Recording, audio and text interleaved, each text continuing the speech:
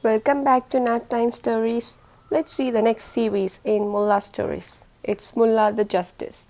The king of Arab country was discussing about the country's welfare. The ministers told the king that the post of judge was vacant since a long time. The king told the minister to select a suitable hand for the post.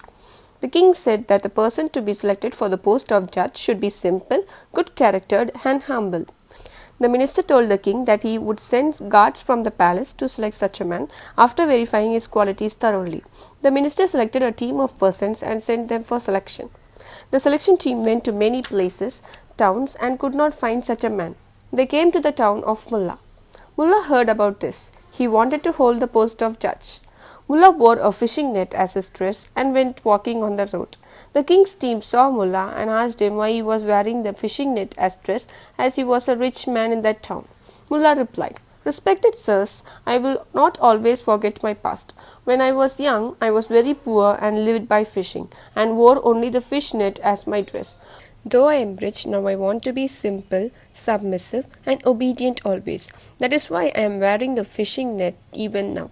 The selection team thought that Mulla would be the suitable person for the post of judge. He fulfilled the condition of the king and the minister. Hence, they selected Mulla and recommended his name to the king. The king appointed Mulla as the judge of that country. Mulla felt very happy. From that day onwards, Mulla did not wear the fishing net dress, and he used to wear costly dress only. His friends asked him why he has deserted the fishing net. Mulla replied that he was able to obtain the fish and hence that net was not required henceforth. The next day, one case came to the court seeking justice. Two persons came to the court. The plaintiff told Mulla that he gave the defendant 10,000 coins as debt and he refused to repay the debt. Mulla heard the words of the plaintiff and said that he was correct in demanding the loan given to the defendant. The defendant said that he was a rich person in the town. He had no necessity to borrow from the plaintiff and the plaintiff was lying. There was no proof for the borrowings. Hence, the defendant requested justice in this case. Mulla told the plaintiff that his words also seemed correct. He said the defendant was also correct. Both the plaintiff and the defendant blinked on hearing the words of Mulla. Mulla's wife came to the court on that date to know the style of the justice to be given by her husband. This was the first judgment to be pronounced by Mulla in the court. His wife felt unhappy about the dealing of the case by Mulla. His wife asked Mulla how both sides would be correct.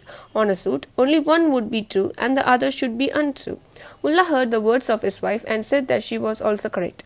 All in the courts were stunned on hearing Mulla's words. The king asked Mulla why he was confused in giving the judgment in that case. Mulla replied, "Sir, this is my first case, so I am very liberal in giving judgment to all the parties." The king laughed and told Mulla to be strict in his judgment henceforth. Mulla agreed. After returning home, Mulla got punished by his wife suitably for his foolish judgment on the day in the court. Oh my God. So Mulla is also foolish in some instances. Stay tuned for the next chapter of Mulla. Bye-bye.